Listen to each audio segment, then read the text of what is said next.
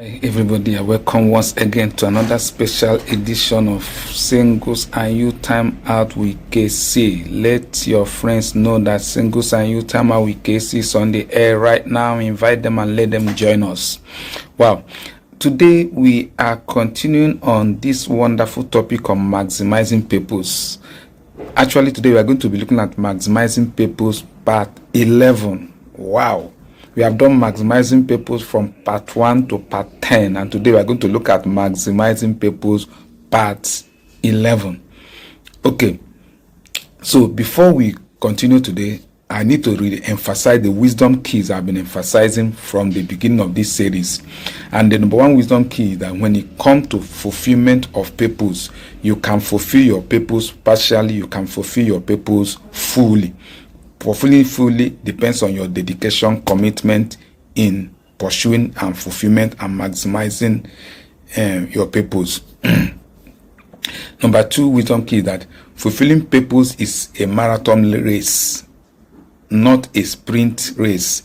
That simply means that fulfilling purpose has to do with the beginning of your life on earth till the last day of your life on earth. So from the beginning of your life till the finishing line of your life, that time frame is given to you to fulfill purpose. So you can't retire from fulfilling purpose. You can't even go on holiday from fulfilling purpose. It's something you do from beginning till finish. So it's a marathon race, not a sprint race. Number three, you can still discover purpose. You can still know your purpose without maximizing or fulfilling it. Discovering of purpose, knowing of purpose is not the guarantee that you will maximize it or fulfill it. And that's why after we talk about, or after we explored what it takes to discover purpose, we now start taking time to be talking about maximizing it. Because discovering of purpose and knowing of purpose is not the guarantee that you will maximize it nor fulfill it. Yeah. The number four wisdom key, we have emphasized that the only way to maximize your life is to maximize your purpose. There's no other way. There is no other option to maximize your life except to maximize your purpose. So when we are talking about maximizing your purpose, we are actually talking about maximizing your life. The degree you maximize your purpose is directly proportional to the degree you have maximized your life. I will say it again. The degree you are maximizing your life will always be directly proportional to the degree you are maximizing your purpose. In other words, as you are maximizing your purpose, you are ultimately or automatically maximizing your life. Okay.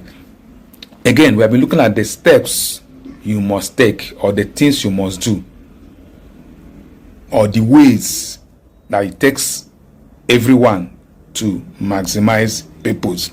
And the first step we look at, this first step is that you must simplify your life. Life can be complex, life can be complicated. Schedules, relationships, business, career, family matters, business matters can flood into your life without you having any space to create the ways, the principles, the things that you need to do to fulfill purpose. So the first step in fulfilling purpose is the step of simplifying your life. The second step is the step of choosing a mentor and becoming a mentee. Yeah. Choosing a mentor and becoming a mentee is the second step to fulfill your purpose or to maximize your purpose. The third step is choosing to be a goal setter and a goal getter. Choosing to be a goal setter and a goal getter. The fourth step is choosing your association. Choosing your association. Of course, all this I'm saying, talking about, we have explored them and their videos are in our platform. So even if you are joining for the first time, or even if you feel that you have not grabbed all the things we have explored on these other topics, just go back to our previous videos. You will get all of them and you'll be able to digest them, and you can be able to get all the wisdom that is there and use it to keep on maximizing your life till you come to the point where we are right now, which is very, very important. Okay, so now the fifth step in fulfilling your purpose is actually choosing to be a learner. Choosing to be a learner. One of the things I do, even as a coach, even as a trainer, even as a mentor to many, is learning. One of the primary things I do is to learn. I learn, and I learn. So if you must maximize your purpose, you must choose to be a learner. Number 6, or step 6, you must choose to master the art of focus. You must choose to master the art of focus. Men fail not because of difficulty in succeeding. Men fail not because of resources that is not available. Men fail for the single purpose of broken focus. When men focus are broken, then they hardly get to where they are going. So one of the easiest way to distract a man who is on his way to succeed is to become a distraction, become a distractor, so that the person's focus can be broken. So men fail because of broken focus. A focused man, consistently focused man, can hardly be a failure. Yeah, okay. The 7th one is you choose to become responsible. For you to maximize purpose, you need to choose to be responsible. Like I always say, when we tell people to be responsible, some see it as insults. But the truth is, when somebody tells you to be responsible, that's one of the best wisdom statements you can hear. Be responsible. So you need to choose to become responsible if you must maximize your purpose. Number 8, or step 8, is choose to persevere. Choose to persevere. Obstacles, challenges, distraction, distractors, things you plan, things you never plan, negativities, many things will come your way as long as you are moving in the direction of maximizing purpose. Most of those things are coming to stop you. It can be people, it can be things, it can be circumstances. They are coming to stop you. But in the midst of the things that are coming to stop you, if you begin to activate God-given ability in you, which He gives everybody, ability to persevere, ability to remain resolute, no matter what is going on, no matter how tough, how hard it is, and keep on persevering, you will get to the place of fully maximizing your people. So that's why you need to embrace number 8, which is to choose to persevere. Number 9, or step 9, is choose to challenge your assumptions. I said it that there are a lot of things that we assume to be true that are not true. There are a lot of things we assume to be right that are not right. There are a lot of assumptions that we have been fed with as we are growing up, that if you begin to question them, you find out they're not true. For instance, there are this assumption when we were growing up. I still believe that there's some quarters where people still have that assumption that money is the root of all evil. That's a wrong assumption, and that is not even true in any way. People can use money to do evil. That does not make money to be evil. As a matter of fact, many people, including people like us, we have done a lot of good with money that we couldn't have done if we didn't have the money that we used to do the good. And I've known many people that they have used the money God has given to them to do a lot of good.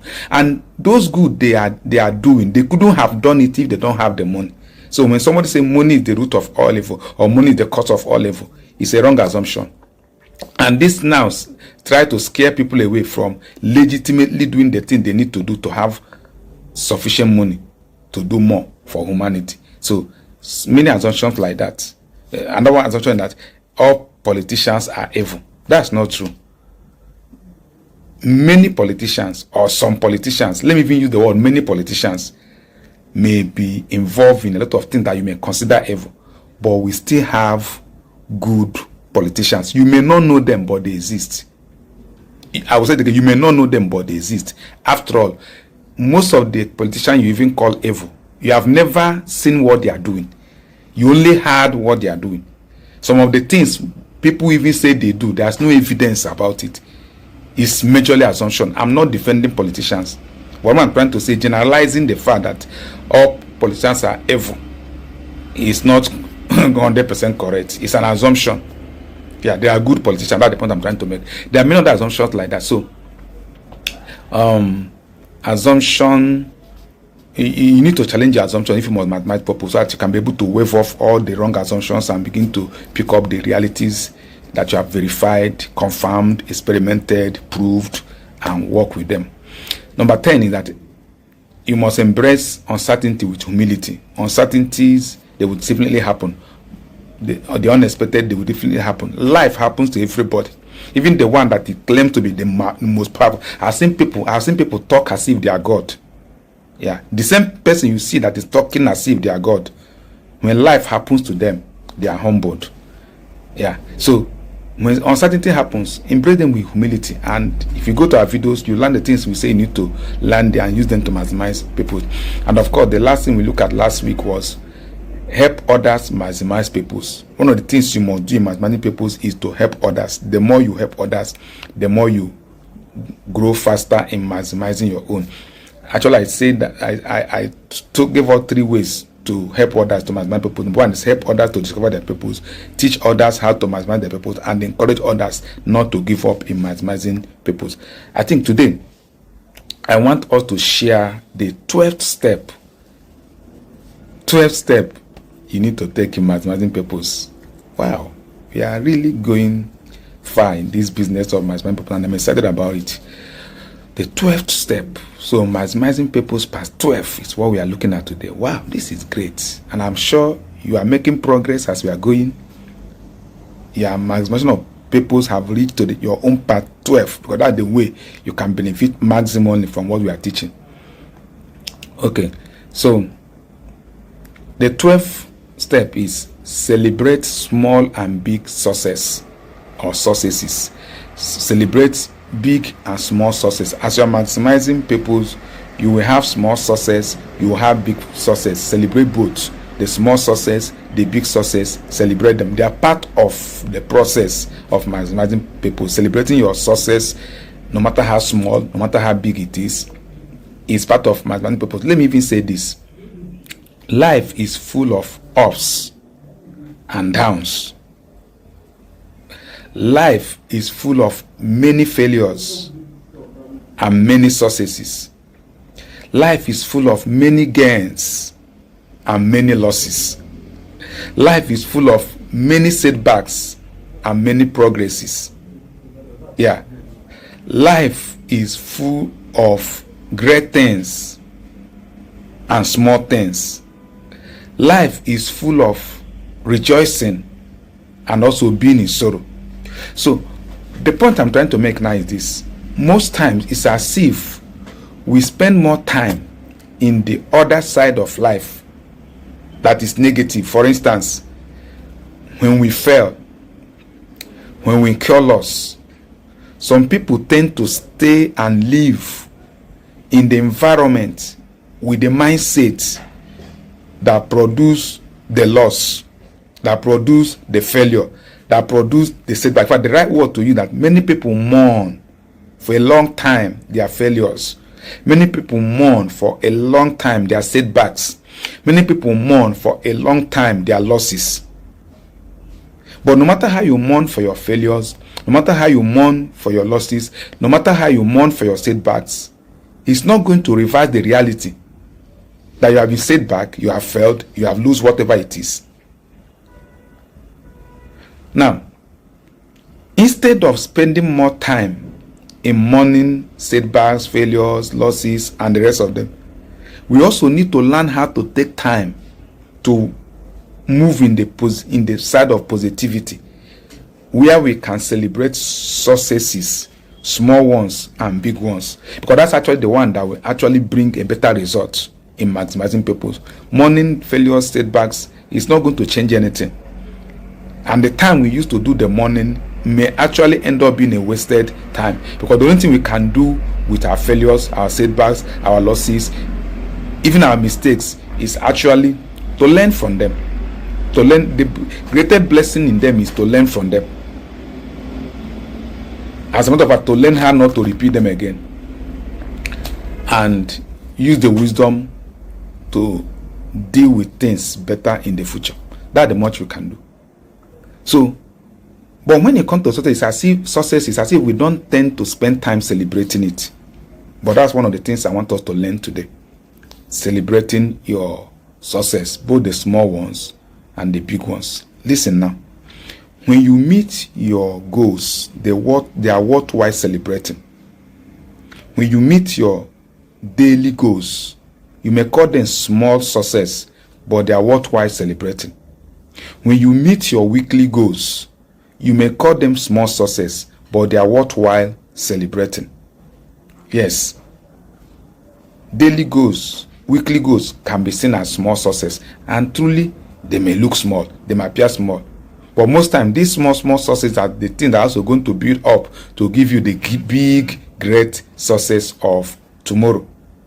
So celebrate those small successes when you accomplish them in form of goals. Okay. Now, if you meet your yearly goal, it seems to be bigger than daily goal. It can be categorized as a big success. If you meet your 5-year goal, 5-year plan, it may seem bigger. 10-year plan, 20-year plan, it may seem bigger. They may be seen as bigger successes. Now,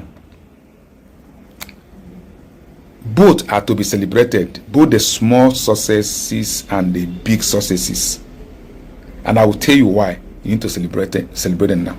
Number one, reason why you must celebrate your big success and your small success, or the reason why you must celebrate your success as you are maximizing purpose. Number one reason is this: celebrating success enhances your mental and physical health. Your mental health, your physical health, they seem to be in the positive aspect or in the positive lane when you are celebrating, and they seem to be in the negative lane when you are mourning. So celebrating those small successes, those big successes, they do something to your mental health and your physical health. And what do?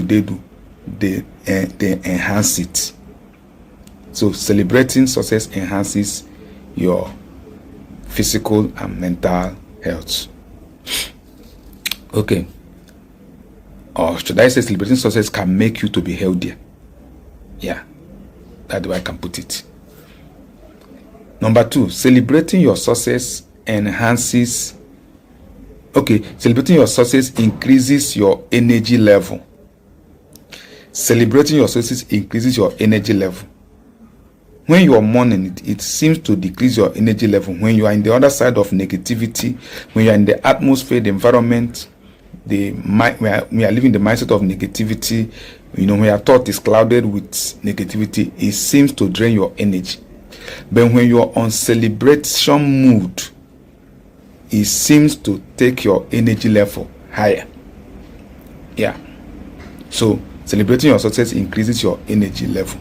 Number three, celebrating your success registered an I can do it affirmation both in your brain and in your subconscious mind. Celebrating success, your success registered an I can do it affirmation both in your brain and in your subconscious mind. Now, what this means is that as you celebrate your successes, whether it's the small ones or the big ones, there's something that is registered in your mind when celebrating success begins to create that I can do it affirmation in your brain and in your subconscious mind. What actually happens is that your brain begin to have a programming that you are a successful person, or you are a success-minded person, or a success-configured person, or you are a success-minded person, or a success-mindset person. Yeah. So the summary of what I'm trying to say is that when that I can do it affirmation that comes by celebration of success begin to program begin to program in your brain, begin to program in your subconscious mind. Something is happening in you that is setting you up to be a success person or a successful person. So that celebration is the thing that triggers this setting, or this re-engineering of your mind, or reconfiguration of your mind, or reconfiguration of your subconsciousness. What triggers it, or what triggered it, is that your celebration of success, which can be big success or small success. Okay, now I think the next thing that celebration of success enhances or makes you to experience the goodness of success, to have the feeling. That's a good feeling success brings to everyone that have actually accomplished a goal, accomplished something. That good feeling is what I call the goodness of success. And this goodness of success also motivates you to succeed the more. That's what it does. It motivates you to succeed the more. It motivates you to succeed the more. Okay. Yeah. So there's inspiration and motivation that comes by celebration of success that actually makes you to want to succeed the more. Finally, remember that maybe I need to give this an assignment. Do it. It's a very small assignment, but do it. After watching this video right now, just make a list of your small and big successes that you have had in the past that you have not celebrated. Take out small time, few times, celebrate them, and in celebrating them, don't forget to do this. In celebrating all your successes, don't forget what I'm going to say now. Remember to thank God. Remember to take time to thank God, to praise God, to appreciate God. For Him alone is the one that gives you wisdom to succeed. He's the one that made provision for the resources, material, financial, human resources, and all other resources available. Most of the things that was available to you that made you to succeed, if it were available to most other people, they too might have succeeded. But somehow, it might not have been available to them. So hence, while you are succeeding, they might not have succeeded yet.